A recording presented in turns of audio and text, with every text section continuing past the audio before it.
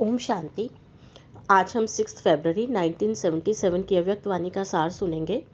वाणी का टाइटल है रियलाइजेशन द्वारा लिबरेशन। इस वाणी को हम 2 भाग में सुनेंगे।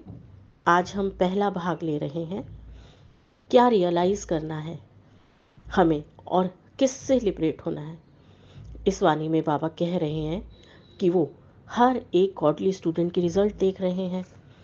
कोर्स किया, रिवाइज कोर्स भी किया, रियलाइजेशन कोर्स भी किया, फिर भी रिजल्ट क्या रहा। क्या हर एक ने रियलाइज किया कि पढ़ाई के अनुसार किस स्टेज को पा सकेंगे। बाबा इतने वर्षों से बच्चों को पढ़ा रहे हैं।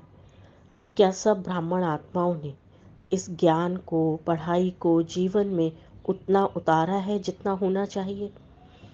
क्या सबकी वो रियल आई, सत्यता की आंख, ज्ञान का तीसरा नेत्र खुल गया है। क्या सब ने जीवन में आने वाली परिस्थितियों से, माया से स्वयं को लिबरेट किया है, मुक्त किया है। वो सत्यता की आंख जब पूरी तरह खुलेगी तो आत्माएं भी मुक्त हो जीवन मुक्ति को पालेंगी। अभी तक सबने क्या वो राजाई पद के संस्कार स्वयं में इमर्ज किए हैं या उसी अभी प्रजा अर्थात अधीनता के संस्कार हैं।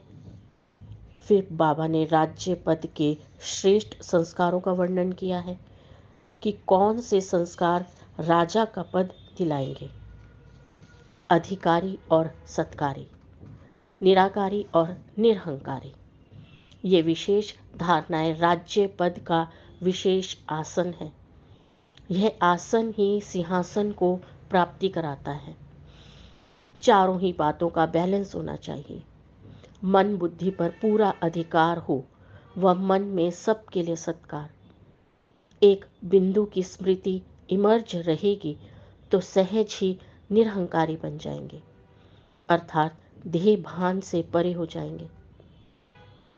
इस वाणी द्वारा बाबा कहना चाह रहे हैं कि अब वो समय है कि सत्यता के आईने से सब कुछ देखें कि हम आत्माएं यहाँ इस कर्म क्षेत्र पर पाठ बजाने आई हैं और पाठ बजाते बजाते कैसे यहाँ की बातों में ही फंस गई हैं।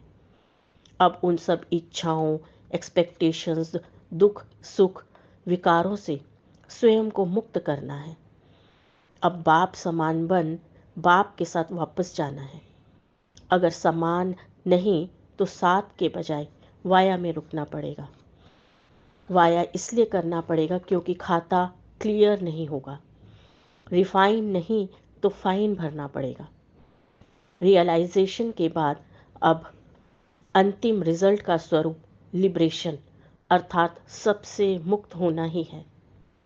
बाबा फिर कह रहे हैं कि बाप दादा बाप और बच्चों का अंतर देख रहे थे। बाप ने क्या देखा कि मेजॉरिटी बच्चे साधारण पुरुषार्थी हैं। उसका मुख्य कारण है प्रभु पसंद, विश्व पसंद न बन करके बन जाते हैं आराम पसंद।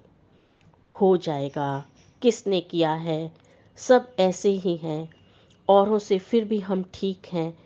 ऐसी अनेक प्रकार की गिरती कला के डंलप के तकिए लगाकर आराम पसंद बन जाते हैं।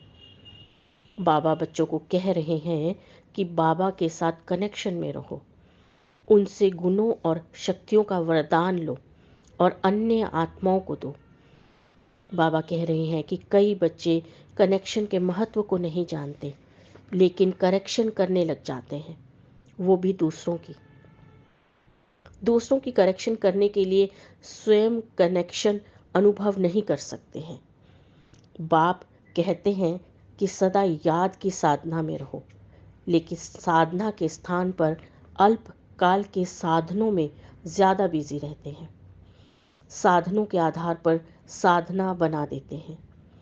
साधन ज़्यादा आकर्षित करते हैं। ऐसे साधकों की साधना सफल नहीं होती। जीवन मुक्त के स्थान पर बंधन मुक्त आत्मा बन जाते हैं। यही रिजल्ट सुनाई बाबा ने। बाबा बच्चों को उनका श्रेष्ठ भाग्य याद दिला रहे हैं कि आप आत्मा ही विश्व के सामने चमकते हुए सितारे हो। विश्व आपके कल्प पहले वाले संपन्न स्वरूप, पूज्य स्वरूप का सुमिरन कर रहा है। इसलिए अपना संपन्न स्वरूप अब प्रैक्टिकल में प्रख्यात करो। बीती हुई कमजोरियों पर फुल स्टॉप लगाओ, तब संपन्न रूप का साक्षात्कार होगा। सब पुराने स्वभाव संस्कार दृढ़ता से समाप्त करो। दूसरों की कमजोरियों की नकल मत करो। अवगुण धारण करने वाली बुद्धि का नाश कर दिव्य गुण धारण करने वाली बुद्धि धारण करो। अधिकारी और सत्कारी दोनों का बैलेंस बराबर रखना है। दूसरों की कमजोरी को विस्तार में नहीं लाओ और अपनी कमजोरी को छुपाओ नहीं। सफलता में स्वयं और असफलता में दूसरों को दोषी मत बनाओ। शान और मान का त्याग, साधनों का त्याग, यही महान त्याग है। साकार बाप के समान अल्पकाल की महिमा का त्यागी बनो, तभी श्रेष्ठ भाग्यवान बन सकेंगे। शिव बाबा इन सब बातों से लिबरेशन चाहते हैं।